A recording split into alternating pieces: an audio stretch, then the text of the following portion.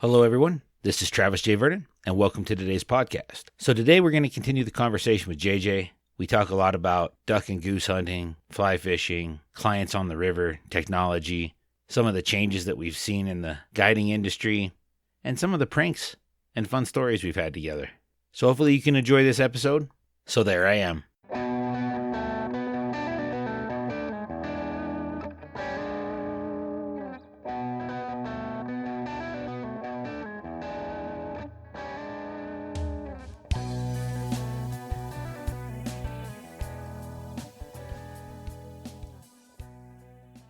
All right, so that reminded me of some funny stories of hunting with you, though. Do you remember the time? So it was the first morning, the first setup that we had snow goose hunting on top of a little hill, and there's a bunch of different people out there.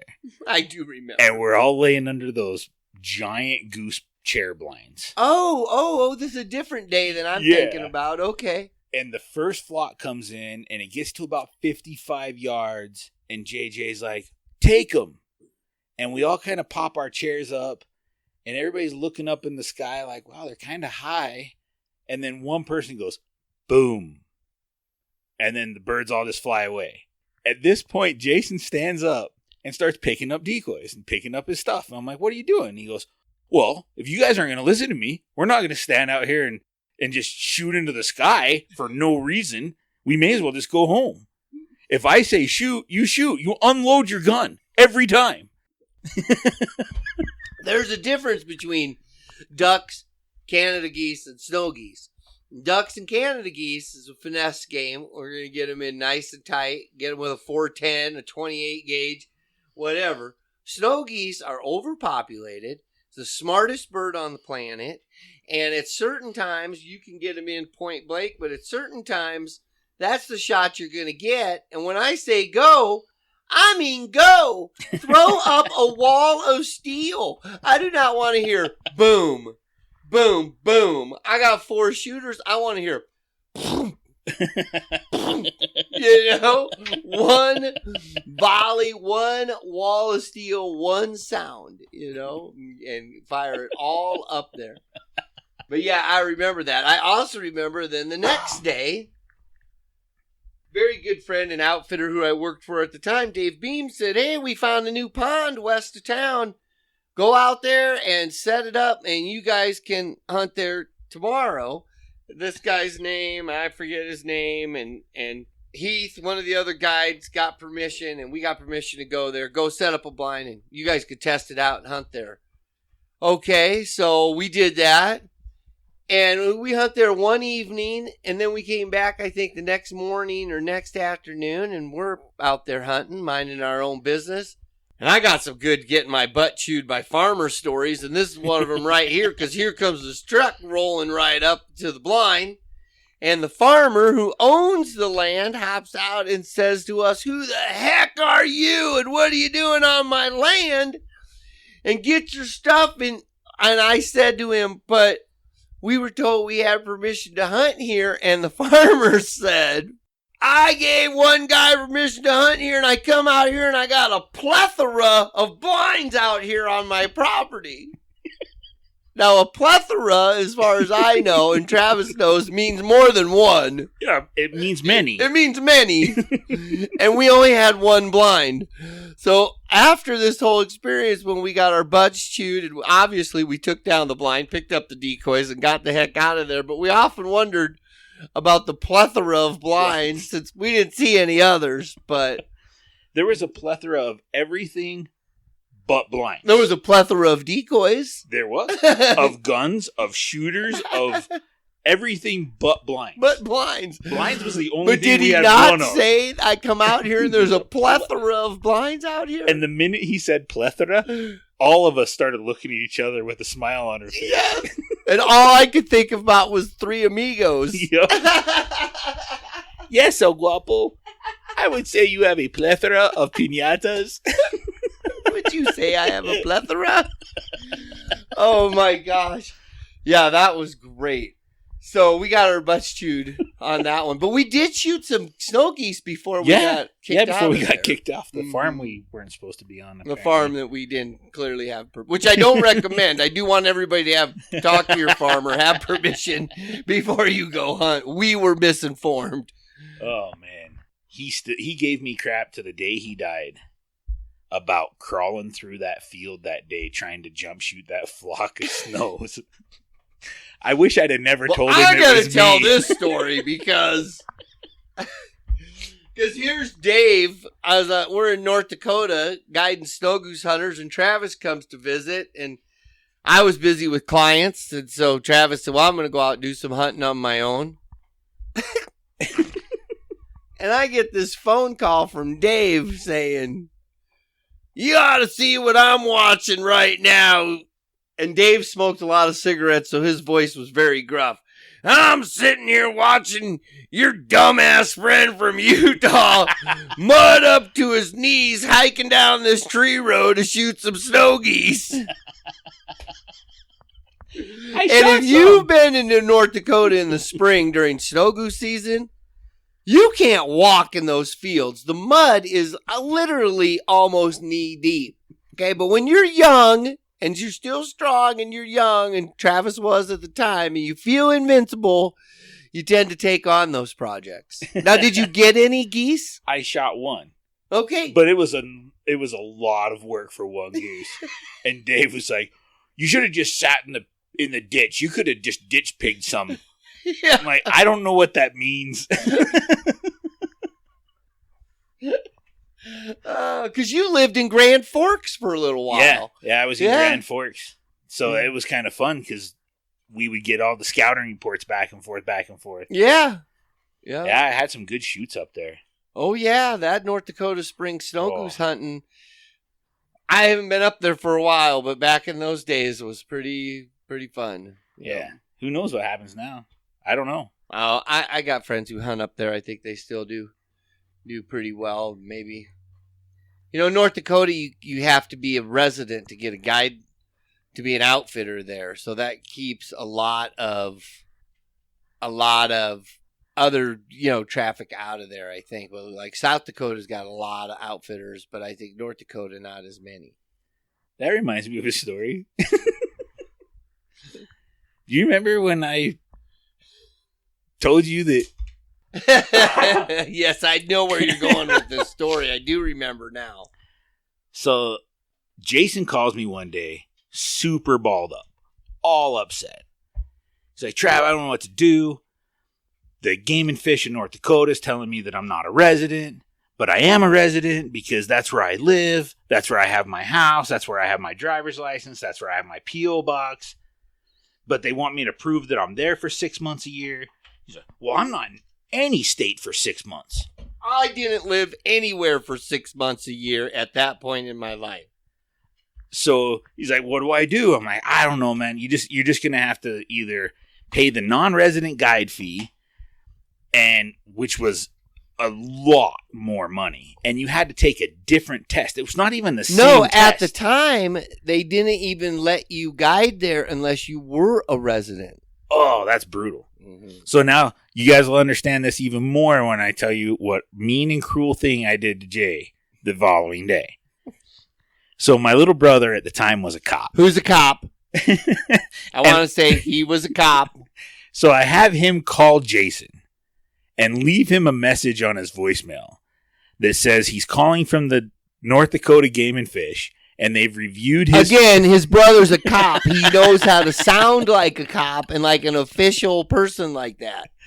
And says, we've reviewed your file, and we've determined that you are a non-resident, and you're going to need to come retake your guide exam and pay the difference in the fines, and we will have to reevaluate, but you have to do it in Bismarck, North Dakota.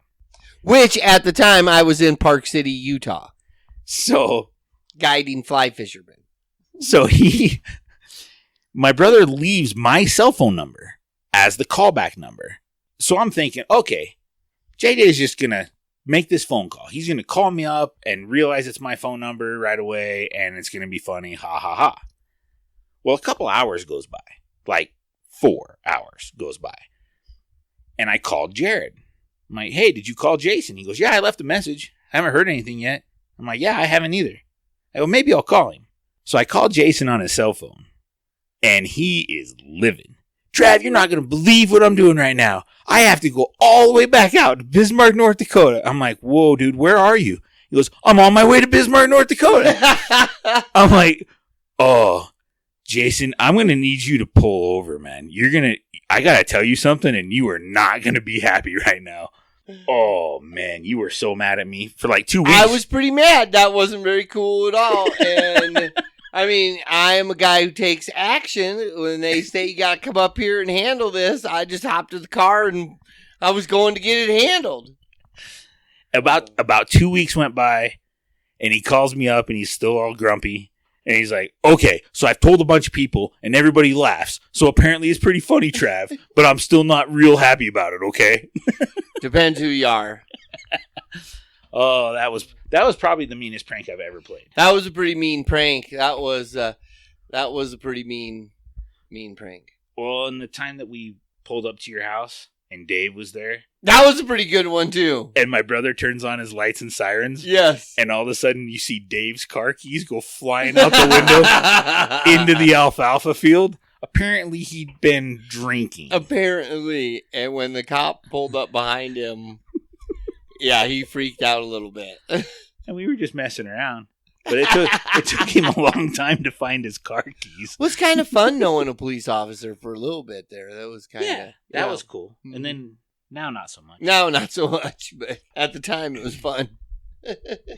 Yeah, I used to play way too many pranks on people.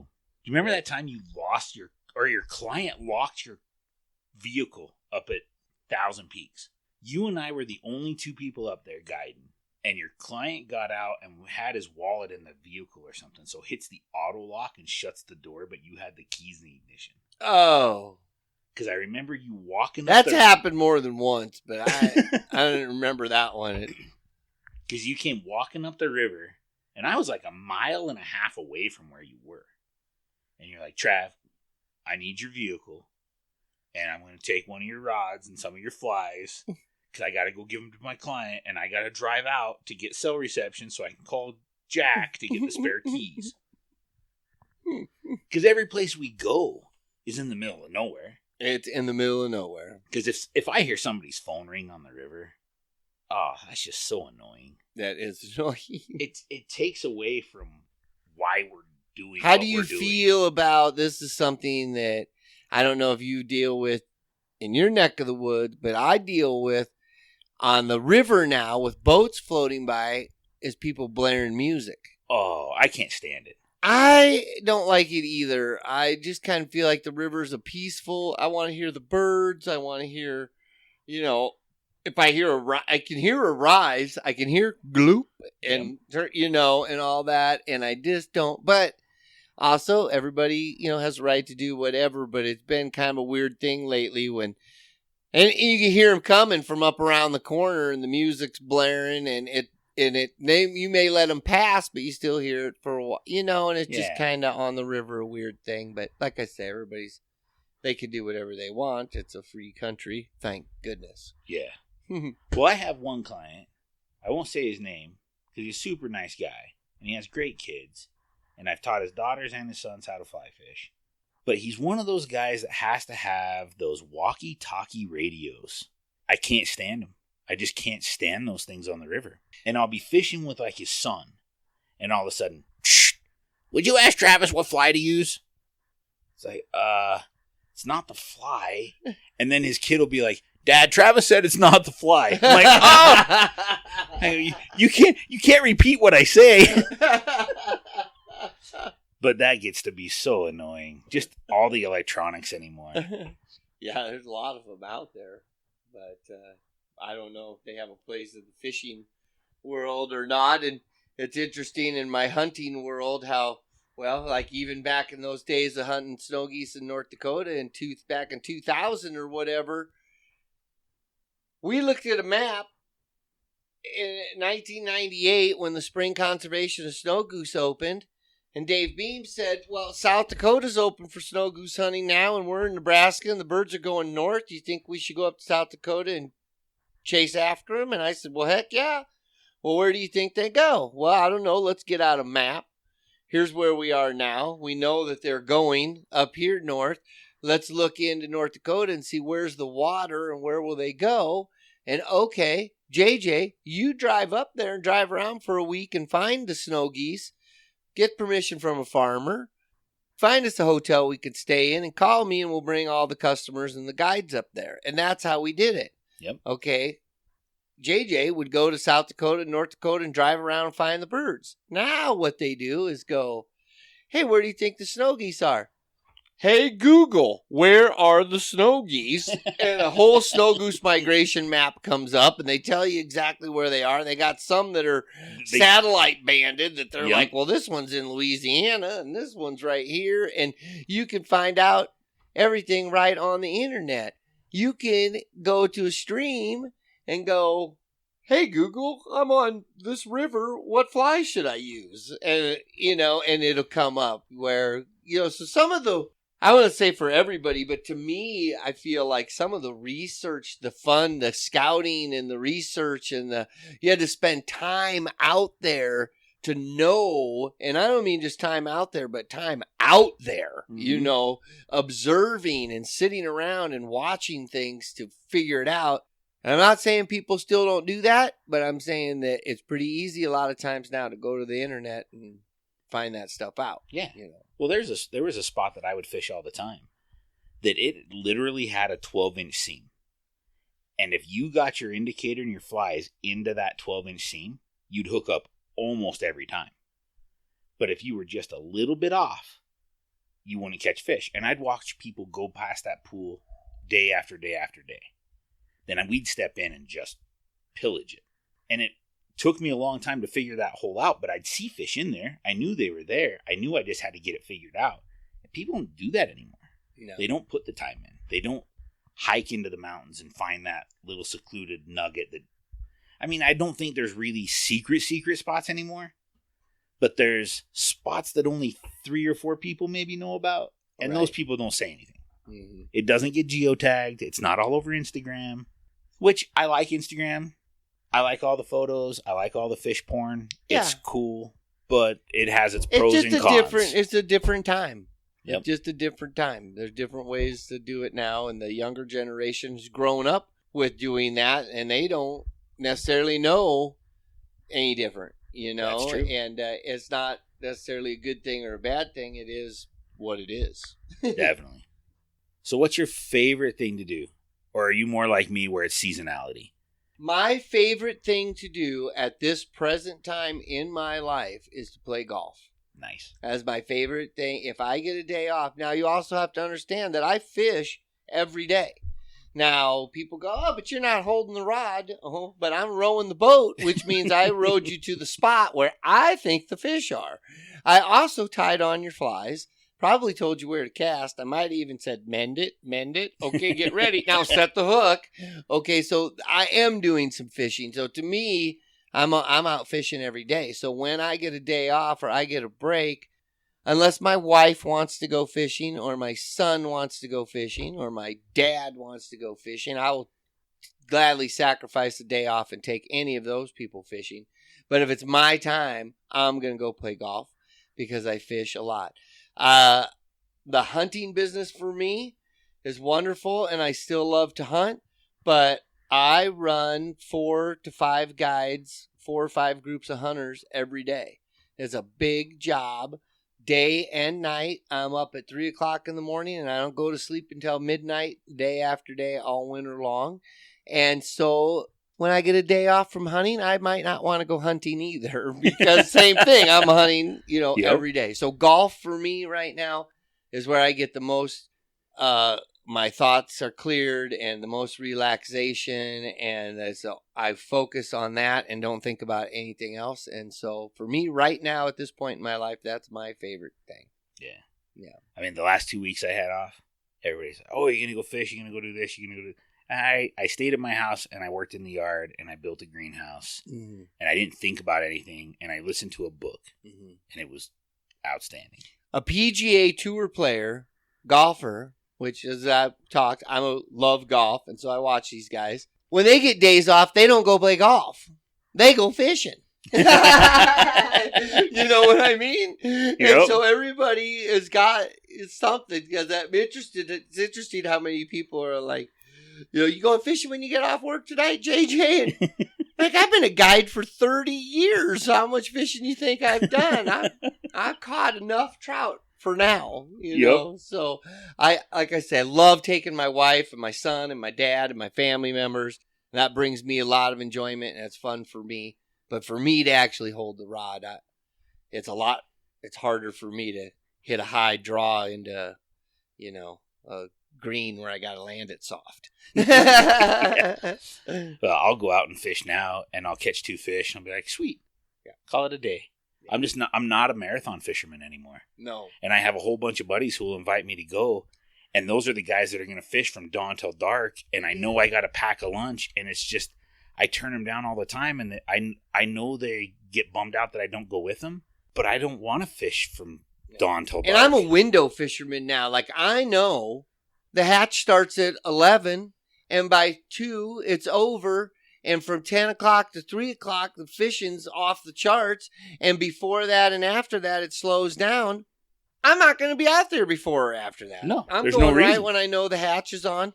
Dry flies are going to be good. I'm going to get my 2-3 hours of glory there, or a couple hours, and then that's it. Then I can go play golf in the afternoon. For sure.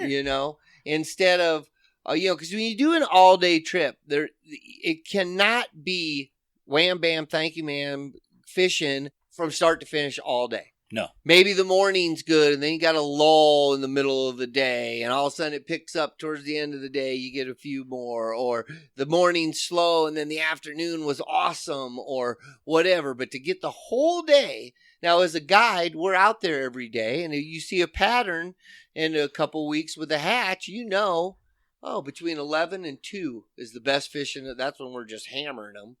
Well, if it's my day off, guess what? I'm going to go fish from 11 to 2 and then get out of there. And then do other stuff. Yep. Yeah, I like it. But our clients, they've been working. They're in the business world. They're doing whatever they're doing. They've been working their butt off. For them, this is their time to, I like the customer who really doesn't even care if he's catching any fish. He's just happy to be out there. That's the best. And you have people say that don't really mean it, and then you have people that say it and mean it. And the people who say it and mean it are my favorite customers. Yeah. Because they always understand that it's everything happening all at the same time. Mm-hmm. Mm-hmm. Yeah. Yep. And there's other stuff out there. My wife and I saw a bald eagle come down, take a fish, and like 4 inches of water was up in there spawning the other day, and he just came down and snatched it up. My one buddy saw a great blue heron, a golden eagle, come off of the cliff and whack a great blue heron last year. Wow. And kill a great blue heron right in front of him and start eating it, like literally like right in front of his boat. That is impressive. Now you don't see that kind of stuff if you're staring at your bobber either. No. You got to look around a little bit, and you don't see that kind of stuff if you're in the house. And part of getting out and fishing is catching fish is great, but there's so many other aspects out there. I had a father and son today. I could tell that dad was so psyched, that his kid caught some fish, and his kid got his first taste of fly fishing, and he just built a fishing buddy for life. Yeah. And that's what means everything to me. That's the biggest part of our job.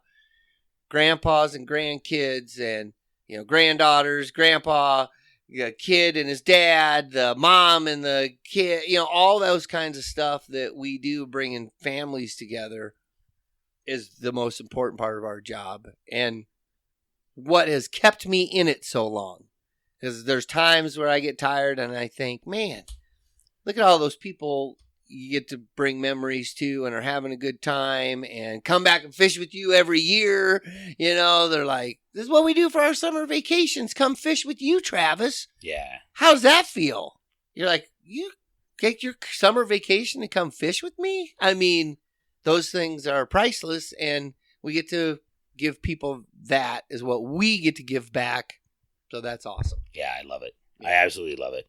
The people that, regardless of whether it's a tiny fish or a giant fish, and they're super excited, you can tell in the smile that they're just enjoying being out there. Yeah. And things that sometimes we take for granted. And we're reminded on a constant basis from some of these clients how special some of these things are that we do. Yeah. It really is fun. Yep. So you guys should all come out and hunt and fish with JJ. You will have a wonderful time. Yeah, please do. And I'll put a whole bunch of information, some links to his website in the show notes. So jump over on the show notes. You can see that.